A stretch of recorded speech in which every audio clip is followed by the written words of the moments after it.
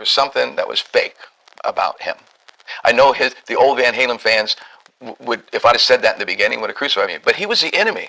Eddie, they all hated Dave at that point. He quit the band, he left us high and dry, Sammy's our hero. Sammy Hagar. The scream that made David Lee Roth a rock legend is the same scream that destroyed his voice, and Sammy Hagar finally reveals the truth. Sammy Hagar never planned to expose this truth, but after decades of silence, the story behind why David Lee Roth lost his legendary voice refuses to stay buried. Sammy Hagar has seen it all, from sold-out stadiums to brutal backstage realities. And when he finally opens up, the picture that emerges is raw, uncomfortable, and impossible to ignore.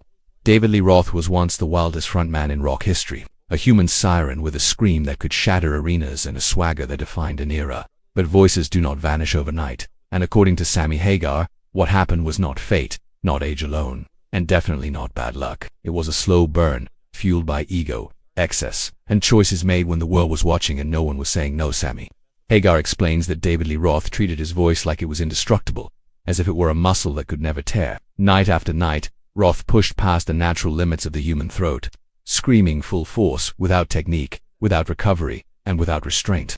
In the early days of Van Halen, that recklessness sounded electric. Fans loved the danger in his voice, the sense that anything could happen at any second. But behind the curtain, damage was already forming. Vocal cords are fragile, and when abused repeatedly, they harden, scar, and lose flexibility. Sammy Hagar knew this because he protected his own voice like a craftsman protects his tools, warming up, pacing himself, and understanding that longevity matters more than momentary adrenaline. According to Sammy Hagar, David Lee Roth never learned that lesson. Roth believed charisma could overpower biology. He believed sheer will could replace technique. The louder the crowd got, the harder he screamed, feeding off chaos instead of control. Over time, that chaos began to fight back. Notes that once flew effortlessly started cracking, pitch wavered, breath control collapsed. Instead of adjusting, Roth doubled down, masking vocal decline with movement, talking, and theatrics. Sammy Hagar says this is where the real problem began, because denial is the most dangerous enemy a singer can face. Sammy Hagar reveals that substance abuse played a massive role in accelerating the damage. Alcohol dries out the vocal cords. Drugs numb pain signals that normally warn singers to stop. Roth lived in a constant state of excess, pushing his body past recovery limits night after night. While fans saw a party god, the voice was paying the price quietly. Sammy Hagar watched as opportunities to course-correct were ignored. Vocal coaches were brushed off. Rest was treated as weakness. The lifestyle became the brand, and the brand mattered more than preservation. As the years went on, the industry, it's changed, but Roth did not. Sammy Hagar explains that modern touring demands consistency, and inconsistency exposes flaws brutally. Microphones got better, recordings got cleaner. There was nowhere to hide. What once sounded dangerous now sounded strained. Instead of adapting his keys or arrangements, Roth tried to recreate the past at full intensity, chasing ghosts rather than building a sustainable present. Sammy Hagar calls this the trap of nostalgia, where artists fight time instead of working with it. Sammy Hagar also points to ego as a silent killer. David Lee Roth did not want to admit vulnerability. In rock culture, especially during their rise, toughness was currency. Admitting vocal issues felt like surrender. So Roth kept performing through pain, ignoring warning signs that any trained vocalist would recognize instantly. By the time the damage became obvious, it was no longer reversible. Scar tissue does not heal like muscle. Once flexibility is gone, power becomes brittle. Sammy Hagar makes it clear that this is not about disrespect. He respects what David Lee Roth created and what he gave to rock history. But respect does not mean rewriting reality. Voices are physical instruments, not myths.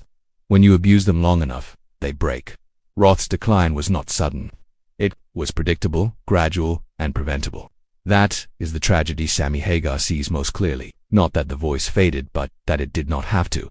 By the end of this chapter, Sammy Hagar leaves us with a chilling realization. Legends are not immortal. Talent without discipline burns fast and bright, then disappears. David Lee Roth became iconic by breaking rules, but those same habits eventually broke the very thing that made him legendary.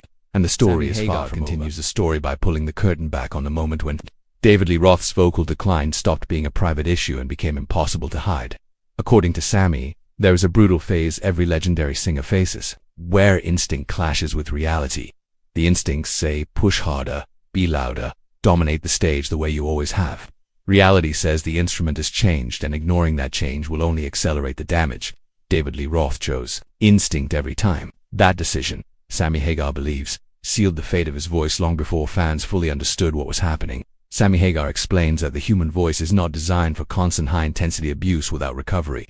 In Roth's prime, his vocal cords were flexible, resilient, and fueled by adrenaline. But adrenaline is a loan, not a gift. It lets you borrow power from tomorrow, and when the bill comes due, it comes with interest. Roth kept borrowing. Long tours, little rest, constant partying, and relentless screaming created micro-injuries that never fully healed. Over years, those injuries stacked on top of each other until the cords stiffened and the range collapsed. Sammy Hagar points out that Roth never truly adjusted his performance style to match his changing voice.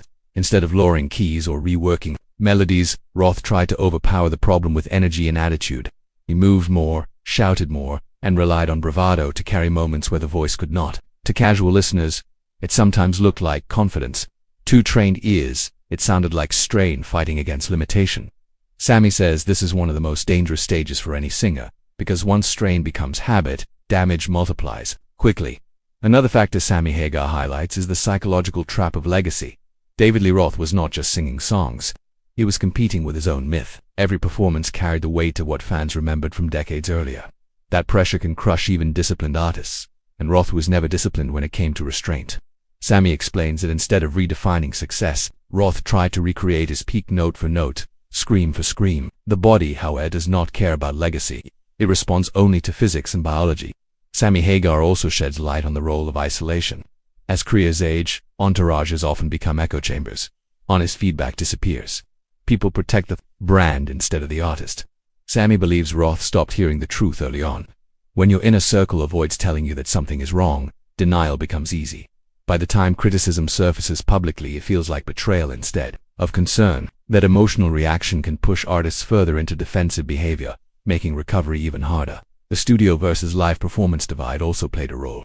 Sammy Hagar explains that studio environments can hide vocal issues through multiple takes, editing, and production tricks. Live stages are unforgiving. Roth's voice could sometimes sound passable in controlled settings, which reinforced his belief that nothing was seriously wrong. But live shows exposed the truth night after night. Cracks widened. Notes fell flat. Endurance vanished halfway through sets. Instead of responding with caution, Roth responded with defiance. Sammy Hagar makes it clear that vocal surgery and modern technology are often misunderstood. They are not reset buttons. They can fix specific issues but cannot restore youthful elasticity or erase years of abuse. The scar tissue changes how sound vibrates. Once that vibration changes, the character of the voice changes permanently. Roth may have hoped for a miracle solution, but Sammy says the real miracle would have been early intervention and long-term discipline, not last-minute fixes. What hurts the most, according to Sammy Hagar, is that David Lee Roth still had everything else fans loved. Charisma was intact, the humor was sharp, the stage presence remained magnetic. But rock music is unforgiving when sound does not match image. Audiences might forgive aging, but they struggle with disconnect. When a singer looks like a legend but sounds like a shadow, the contrast becomes painful rather than nostalgic. Sammy Hagar believes this is where perception shifted permanently. Instead of celebrating Roth's contributions, conversations began focusing on what he had lost. That shift is devastating for any artist. The narrative moves from admiration to critique, from memory to comparison. Sammy does not blame fans for this reaction. He blames the absence of adaptation. Aging with grace requires accepting limits and reshaping expectations. Roth fought limits as if they were enemies. In the final analysis, Sammy Hagar frames David Lee Roth's lost voice as a lesson carved into rock history. It is not a story about failure, but about consequence. Talent opens doors, but habits decide how long you stay inside. Roth's voice did not disappear suddenly. It eroded through repetition, denial, and excess. Each performance without rest, each scream without control, each night without recovery contributed to the outcome.